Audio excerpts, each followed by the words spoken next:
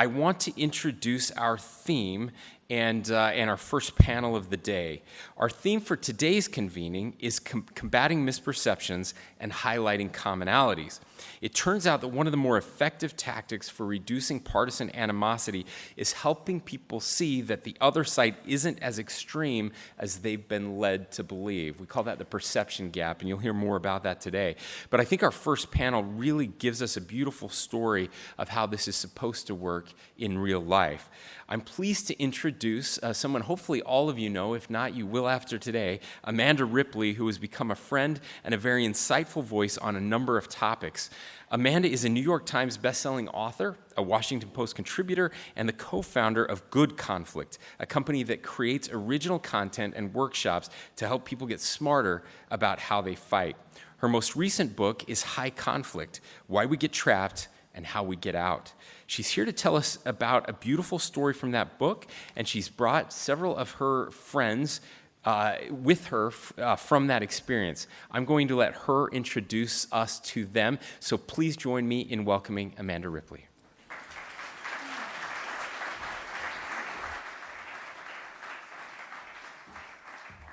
Good morning. It's very good to be here with you all. And I really want to thank Governor Cox in particular for inviting us, because I just want you to know we're about to bring up four people who have strong views which are often diametrically opposed. And none of them have been briefed by the governor's staff. There is no script. So we actually don't know what's going to happen up here, which I think is fantastic, right? We are going to demonstrate what it looks like to disagree better. And the beautiful thing about this is that we have a friendship among us, which I would argue is the best way to do this, right? So you have some foundation of relationship. Okay, I never travel without an entourage, so can we start here? Caleb, can you come on up? Actually, all of you, why don't you come on up and I'll introduce you. So Caleb Follett is a Marine Corps veteran, a corrections officer in Michigan, a father and a husband, and a man of deep political commitments and passions, and also deep religious faith. That's Caleb. Hey, Caleb.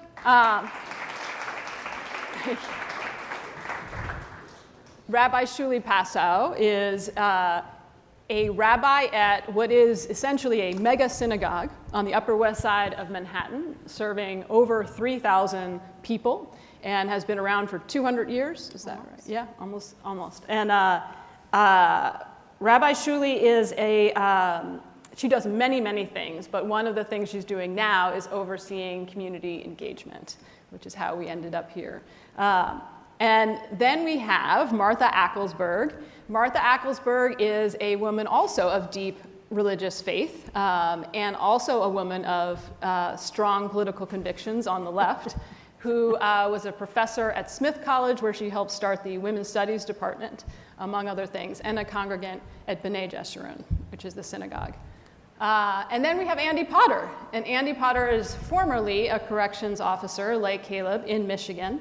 And also, right now, among many other hats that he wears, he's the founder of One Voice United, which gives the people who work in our criminal justice system a voice in shaping how our system gets reformed. Thank you all for being here. I think we have a video. So if we could get that queued up, that would be wonderful, because I just wanted to show, not tell, a little bit about how we got here on stage. All of us on stage in 2018 were fortunate enough to go on a 3-day home study exchange. The New Yorkers came from Manhattan and went to Michigan and stayed in the homes of Caleb and his colleagues, and then after that, they switched, and the Michigan folks came to New York City for 3 days. So these were a bunch of strangers who were very apprehensive, but they knew that they had to get to know each other, and it was hard to talk about politics in their bubbles where they lived. So many things happened, but we had hard conversations about Donald Trump, about immigration, about guns. We also shot guns together, speaking of guns. We also ate Superman ice cream. Has anyone had Superman ice cream? This was new to me, okay. And we also visited a decommissioned prison and heard what it is like to actually work in a prison. And then in New York City, we visited Ground Zero. We ate kosher vegan Chinese food, which I did not even know was a thing in Chinatown, and it was surprisingly good. I think we all agreed. And we celebrated Shabbat together at the synagogue. And a group of us even went to Trump Tower, to the gift shop. The New Yorkers waited outside looking pained, and the Michigan folks went in and spent a ton of money. So that happened. That's a thing that happened. All right, so if we have that video, could we, thank you.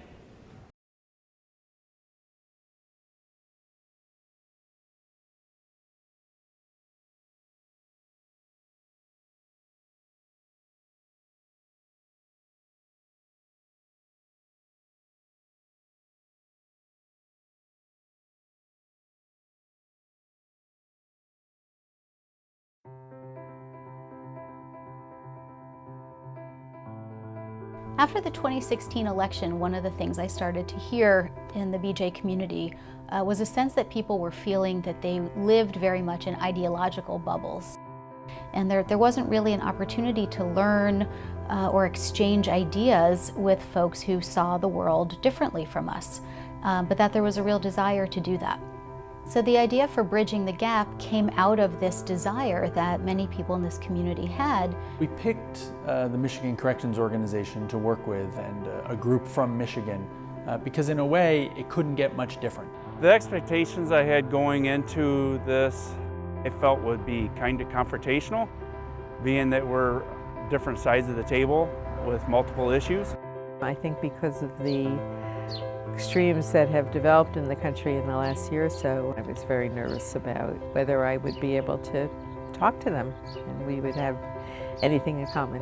We wanted to prove for ourselves and for each other that there was a lot in common despite those vast differences, and that by highlighting the differences in a respectful, relationship-oriented kind of framework, that we could learn from those differences and actually grow stronger by understanding the ways that we are different. So my goal isn't to win the argument, it's to learn their 5 best reasons for why they think what they think. It's the idea that if you restrict one thing, then it's a slippery slope, and the next thing that's going to happen is that all of it. We had issues with safety and security, things that have happened to folks in the community, that we argued we are trained for 40 hours on how to use these things, how to use guns. Most people I know are not saying nobody should have guns and we should take them all away. It's kind of like you take care of your family, you protect them, and then you go to the community. There's a very, I think, deep spiritual value in encountering people who are different or people with whom we think we disagree, to encounter the other. You might actually discover something that is going to unsettle you, that is going to destroy an image that you've made of the other that is very useful to you. We went with a lot of curiosity. What's the impact of the work on you as an individual? What do you see as the challenges in the criminal justice system? What would your approach be to the questions of reform? When they're amped up and they're mad, it might not even be mad at you, it might have been another prisoner, and you're trying to de-escalate the situation, and that could easily go out of control, just saying one wrong thing. There's a persona of toughness, where I'm tough, I'm not, there's nothing wrong with me. I'm a correction officer. And that takes a toll on you. That kind of an attitude takes a toll on you. They're not free when they go home. They get to leave, but I don't get a sense of freedom. In addition to this being a very impactful and transformative experience on the personal level for all of the individuals who were part of the exchange, we've also begun to think about how we are taking this experience and allowing it to have impact on the larger scale, on the political level. And we set up a meeting with Congressman Jerry Nadler to talk about what we had learned from our experience in Michigan and how it might impact the debate at the federal level. I thought we were going to meet some nice people with whom we had profound disagreements, but actually going there and being able to see them in their own context, understand about their lives and their work and their families, their fears, their dreams. I don't use this word lightly, but it was transformative. They're not against what I believe in. They just basically were curious and wanted to learn more about it just as much as I want to learn more about them. It's been great to have the opportunity to have really honest conversations about difficult topics and still be able to have dialogues. And I think there have been a lot more areas of commonality than differences between us. And that's felt reassuring and very positive. Social change work is also about changing ourselves and changing the way that we engage with people who are different from us. So I'm very proud that BJ is a leader in this. That's a congregation that really takes seriously its spiritual journey as part of its politics. And because of that, they're forging new solutions and new relationships and new partnerships. And that's allowing us to make the kind of lasting change that our city and our country so desperately needs.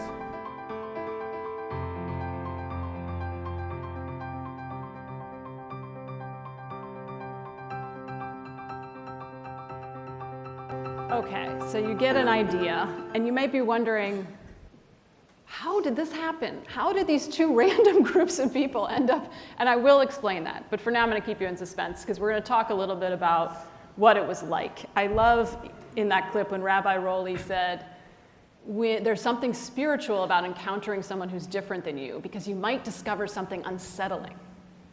Just such a good word that interrupts the convenient narratives you tell yourself. So I wonder if each of you could share a memory of some part of these encounters in New York and Michigan that changed you or stayed with you in some way.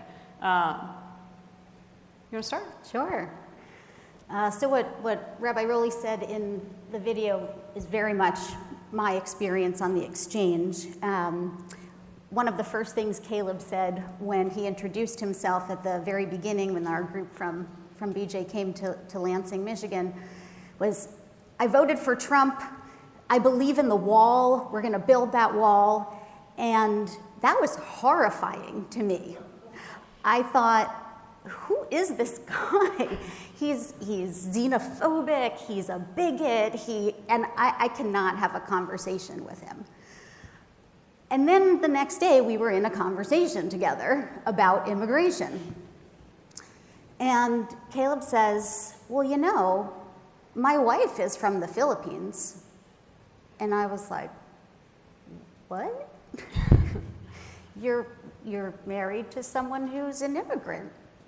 That interrupted my narrative, my understanding of who I thought you were. And then you went on to explain how your wife came here legally and you were in the process of sponsoring her mom to get her a green card, and you said, there's a way to come to this country, you just have to follow the rules. And why are we gonna let all these other people skip the line and come ahead? That's not fair. Well, that completely changed my understanding. And I thought, this is not a xenophobic, bigoted person. This is a person who cares very deeply about his country and wants people to be able to come here, but under certain conditions.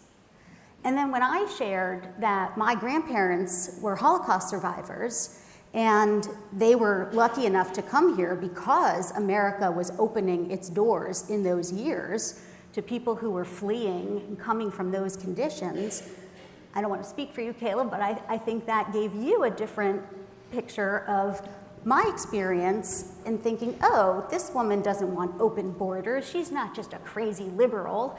Like, there's a piece of her story that impacts how she views this issue. And that exchange was truly transformative for me, both in terms of, you know, really thinking, look at the assumptions I had. Look at the bias I had coming into this. And that can't stand anymore, right? Those assumptions were shattered. And I would also say that on a religious level, it was transformative because I like to say a lot of things like every person was created in the image of God and love humanity. And I realized I had not been doing that.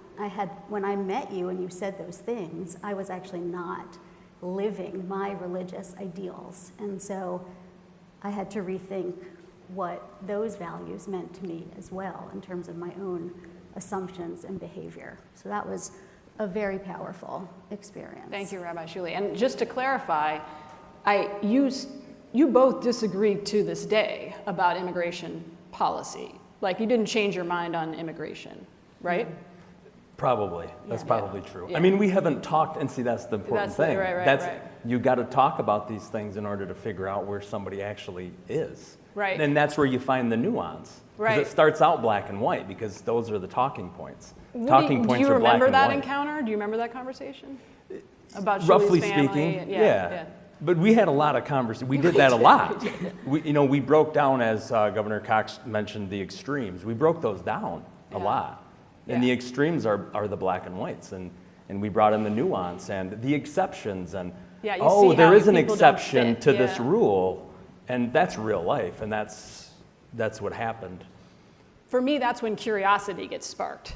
Because I'm like, I thought I had this all figured out.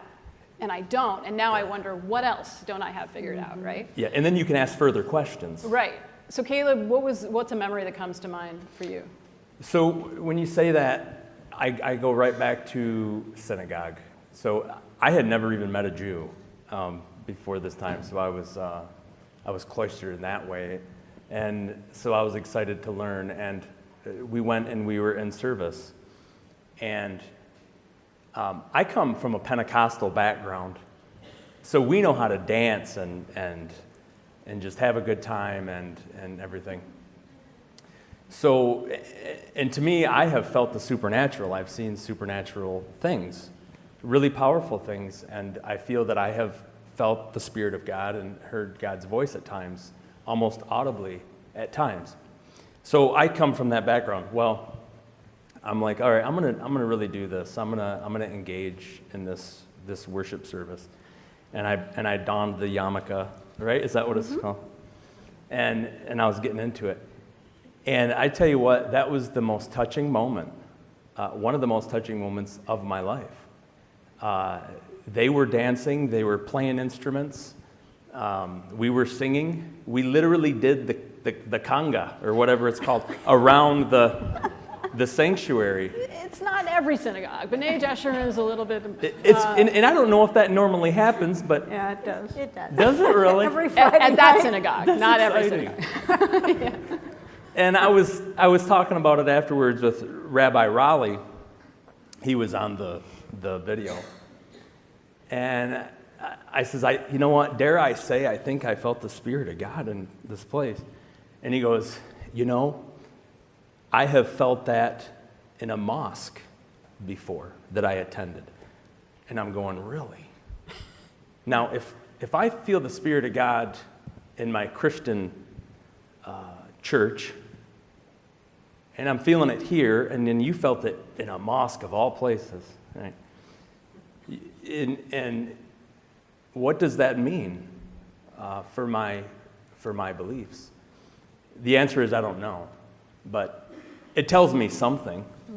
And you know what? Maybe it's not the Spirit of God. Maybe it's just the spirit of people. Maybe there's a deep level we don't know about and we just feel each other. But regardless, it's a feeling of unity. Mm-hmm. And in that moment, we didn't have, all the differences were secondary, and we were one in spirit.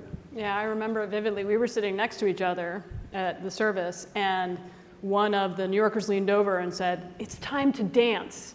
And I was like, oh God. As a reporter, it's very comfortable for me to sit on the sideline, to just be like watching, observing. But this happened over and over again, where I was drawn into, so you and I linked hands with everybody else, and you were totally game. You were up for it. And I remember feeling like, this is cool, this is unusual. Martha, what's a memory that you have?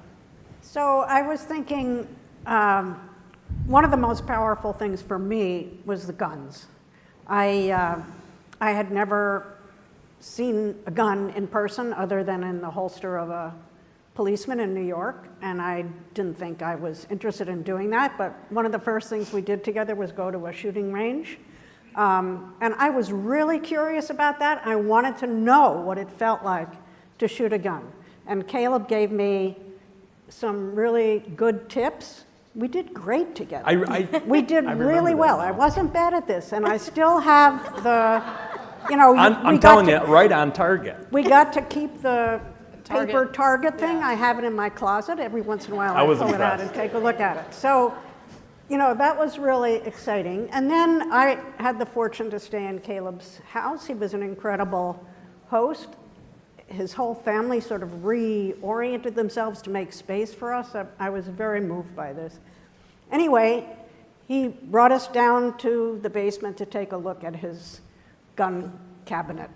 And he showed us a shotgun that you had gotten from your grandma. Yep. And I remember, you know, you're saying how much that meant to you, and I was thinking of, you know, a Kiddush cup that I had gotten from my grandparents, or, you know, sort of the ways in which our family items come down to us, and all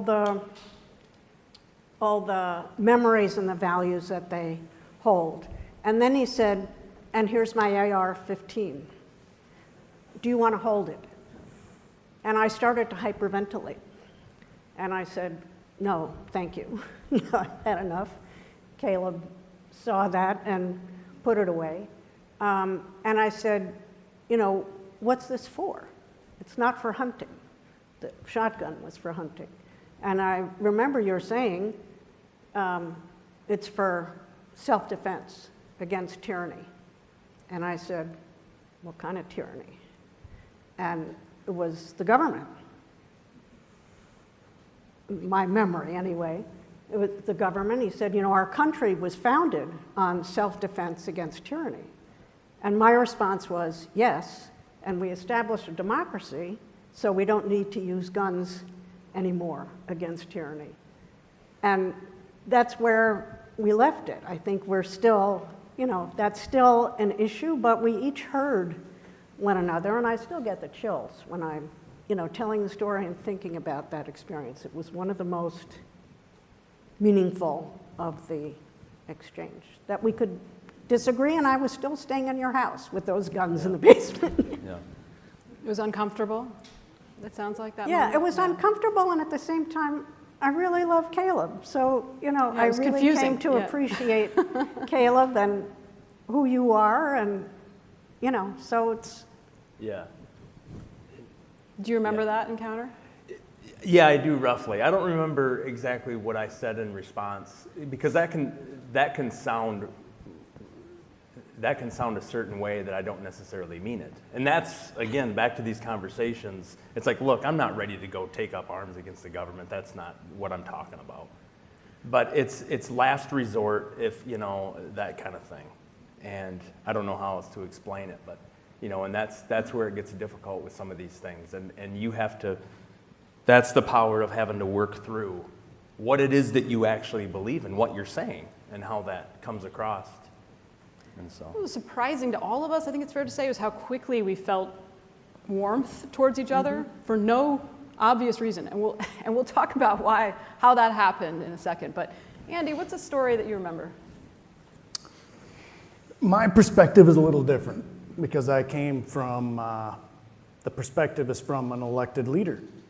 I led Michigan Corrections Organization. I was the executive director. I was a corrections officer for 30 years. My members are trained from day one to be desensitized and to not trust anyone. So when Simon Greer first approached me and said, and we had worked together for a few years with my conservative members. This was just after the election. He said, Andy, I got this great idea. Let's take some of your most conservative members and let's do an exchange program with a liberal Jewish congregation from New York City.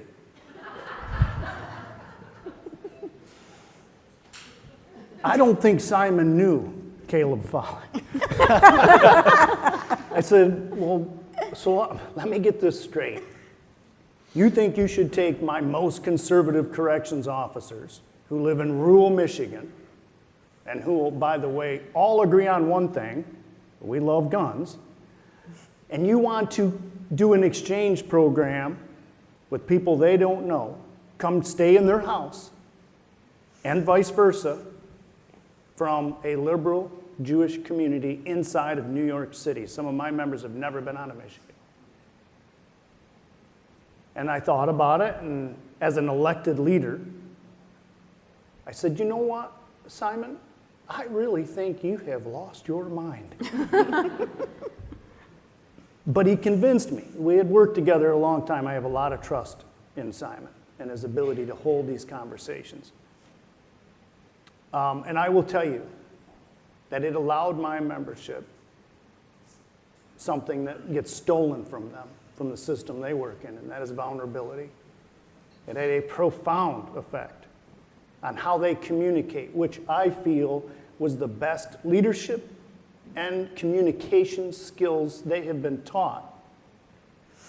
So my perspective was a little bit different. But I certainly remember a lot of these conversations unfolding, and I certainly knew going into it that I didn't know what to expect, except there was going to be a lot of disagreement. So I'm glad you said that, Andy, because the truth is it is risky to do these kinds of things. It's risky for Governor Cox to make this his area of focus. It takes some actual courage, and it can be lonely for all the reasons you described. So I want to give us a little background for how. This was the what.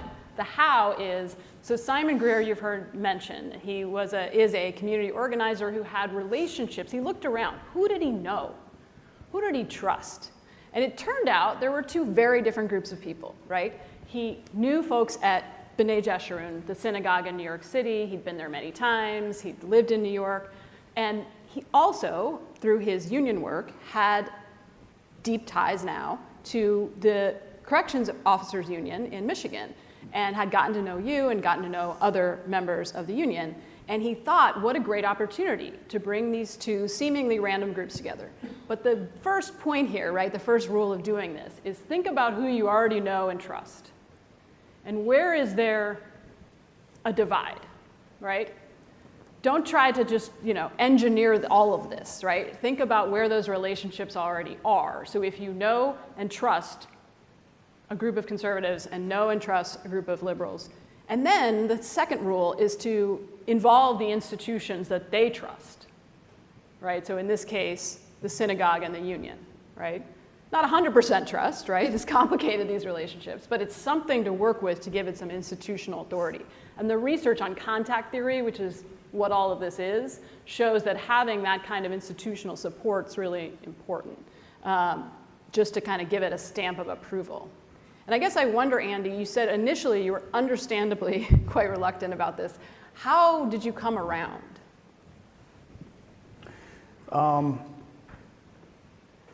Because I do believe as leaders, you have to take risks. Otherwise, you have no business being in the position you're in. Now, there has to be a reward. You can't just take a risk without there being a reward worth taking the risk on. I felt like if there was a way that I could answer the question to my entire membership, 10,000 people, that I was doing this because I felt like there was a way to break through a communication gap and to build that I could answer that in front of any crowd. So I saw the bigger picture. I believed reluctantly that at the end of the day, the reward was going to be much greater than the risk, and it was. The other things that made this work, I'm going to go through these quickly because I want to make sure we have time for questions from the governors and other people in attendance. But the other things that we talked about this last night, we had a 3-hour dinner. We talked about Trump. We talked about police brutality, all the things. We could have gone on, right? It was great. And so we disagreed, by the way, about many things. The other things that seemed to make it work, we thought, were Simon established, we all agreed to 3 rules. And so it is important to reestablish guardrails in conversations like this, because right now our culture is missing guardrails. So it's important that everybody agree on them and maybe come up with them, but together. But in this case, the 3 rules, which I thought were pretty good, I still think of them often, were first, we're going to take seriously the things everyone holds dear. Secondly, we're not going to try to convince each other that they're wrong. Third, we're going to be curious. Now, like any non-aggression pact, this one got violated many times, okay? So no one is perfect. But having the rules to go back to remind yourself, I actually remember trying to convince you about something. I'm even not supposed to be part of this. But I couldn't help it. I was like trying to convince you something about the border. And as soon as I did it, I felt like, I broke the rule. And it was a mistake. And I've always regretted it. That's not how you persuade people. You're not still mad? Okay. So those 3 rules were important. And then he said, when someone says something that really shocks you and you don't know what to say, and I believe, Tell me more. Tell me more. This is what, when Caleb turned to Martha that first night when she was staying in his house and said, want to see my guns? You said, tell me more. So that is a good rule. And in the aftermath of all of this, there have been several Zoom calls between the group. This is the first time, though, that that this group has seen each other in person. And I think we all wish that there had been more recurring in-person visits, but there have been things that happened. Don't forget Tree of Life, though. That was another. That was important. Yeah, that was in person after. No, not the Zoom, but when Andy and. So the shooting at the Pittsburgh, there was a mass shooting in Pittsburgh at the Tree of Life Synagogue, not long after you all came to New York City, and the corrections officers were very moved by this, wrote a beautiful letter in solidarity with the synagogue, and 3 of them, including Andy, came to read this service, the letter aloud during a service, which you can see on YouTube if you're curious. But so the other thing that happened is Simon started something called Bridging the Gap, which does this with college students. And they've now taken college students who are quite different from different campuses, I think over 1,000 of them, to have exchanges like this. So, and One Voice United also is an example where Andy is working to bring together formerly incarcerated folks and people who work in corrections facilities, and also people who work in corrections facilities in Norway and Switzerland and the United States, and trying to take these unlikely groups and figure out what they can do together, which is bigger than what they can do apart. Okay, so we've got a few minutes for questions, comments, anything you'd like to ask these folks before we have to clear out of here. And I think we've got a mic. Tim has a mic there, yeah. Thank you all so much. This has been incredible. My question is this. It sounds like your perceptions of each other changed, for sure. I'm curious if your perceptions of the other more broadly changed. So when you're now engaging with conservatives who aren't your friends from Michigan, or with liberals who aren't your friends from New York, has that changed your interactions outside of the group as well? Good question. Yeah, I would say it's changed my approach to having those conversations, like that curiosity that we were forced to generate and cultivate during the exchange. Like, that's there now for me. Someone says something that I disagree with, and I do first go to that place of tell me more. I mean, this happens with some of my family members on certain topics, and rather than going to that place of forget it, like, I don't want to engage, you're wrong, you're bad, we can't talk about this. Yeah, go ahead. When you're saying that, when you're saying like going like this, what I think of too is, and I've made these mistakes in the past, and I can see where I didn't do those here, so there's like a skill that was picked up, I feel like, that I can reflect on. And it's the difference between asking more questions and having a quick, snappy rebuttal. And that can actually come across as condescending. Like, well, what about this, you know? And I think that that's a knee-jerk reaction to a threat, you know, that we might have. And I've done it with people before. And then I realize then they don't want to talk anymore because I respond that way. And then I think about our conversations. I wasn't doing that because that was in the rules. The rules were that you weren't supposed to try and convince them that they're wrong. Like, you can defend where you're coming from, but it's a focus. It's a focus of not trying to debate right away. It's really seek first to understand before you're understood, the Stephen Covey. You know, it goes back to that. Yeah, Utah, I'll just point out. So, yeah, Stephen Covey, Utah guy. I just want to say one thing sort of in response to your question. Unfortunately, the world in which I'm living, I don't have that many opportunities on a day-to-day basis to actually meet conservatives and people with vastly differing views than my own. So on a person-to-person level, that hasn't happened. But the main impact this had on me was not having the, I couldn't tolerate the kinds of generalizations that were being posted on social media about, you know, those conservatives and people this and people that, and it was like, no, I can't. I wasn't willing to hear that from my friends, and I wasn't willing to read it on social media because I realized life is much more complicated, and that kind of language is really not helpful to anybody. So that had a very deep impact on me. Thank To you. piggyback off that, I started feeling guilty if I did that. You know, the left always does this, basically, or the Democrats always, you know. Yeah, like Democrats. we hear each other in our heads, right? Yeah. Mm-hmm. Yes, it's like a little 100%. You know, ombudsman in your head. Yeah. I think we have another question here. Yes. So, hi. Thank you for doing this. I'm Janet Mills, the Governor of the State of Maine. And short of transporting people from one community, one culture, one state to another, and having them have this immersion experience and interaction, how do we develop these tools of active listening and whatnot without taking extraordinary steps that you folks took to get to know each other and at least begin to understand one another's views?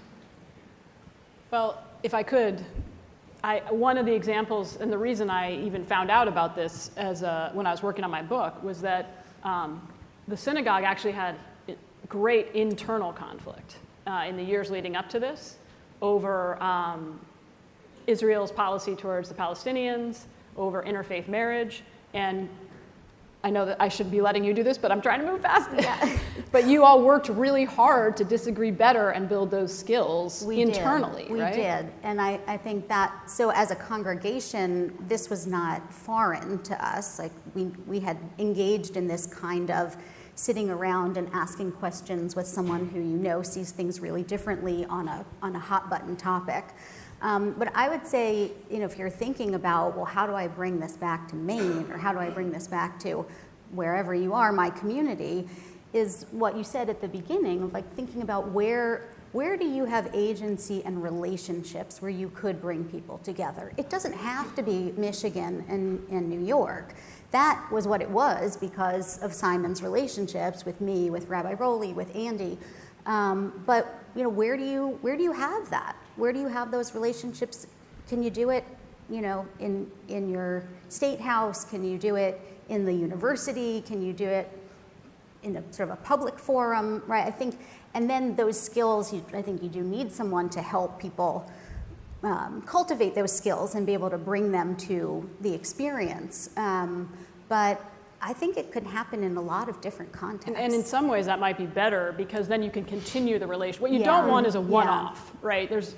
That's not super helpful. It's fine, right? But you want it to be a relationship that continues, right? Like we all often wondered what the other was thinking when there was a news event and wish that we could, you know, reconnect. So it's actually better if you can do it in the same state at least, and it's harder for sure. But this is a huge problem. I mean, the segregation we've gotten ourselves into, it's very, very dangerous. And you want to keep giving yourself and your participants an opportunity to continue practicing the skills. Right. So because if you do it, it fades otherwise. Yeah. If you do it internally or with groups that are actually physically proximate, you have an opportunity to build this over time and then spread it out. Bridging the Gap is a good example. That's right, yeah. They do this in colleges, are starting to do this more and more. And I think that's a great place to do it. It's people first starting out higher learning, and they learn to have these communication skills much differently. I think it's a great example. And then they can continue that, right? I think you'll all be hearing from Braver Angels later, which does a lot of this as well. Tim, do we have time for one more? Or okay, all right. Well, look, I want to leave us with the last word. This is actually the last line of my book, which is a quote from Martha, which is what she said after. And I just loved it because I totally felt the same way. And some of you have probably had this feeling. And once you have it, you want more of it. That's the good news. This may seem hard to do. The good news is once you experience it, it's like an addiction. Like you actually want more. So what we have to do is seed the demand, right? But what Martha said is, I wish I could appear everywhere in my life the way I felt called to appear in these encounters. Present, open, able to be surprised. Thank you all so much for joining me today. Thank you.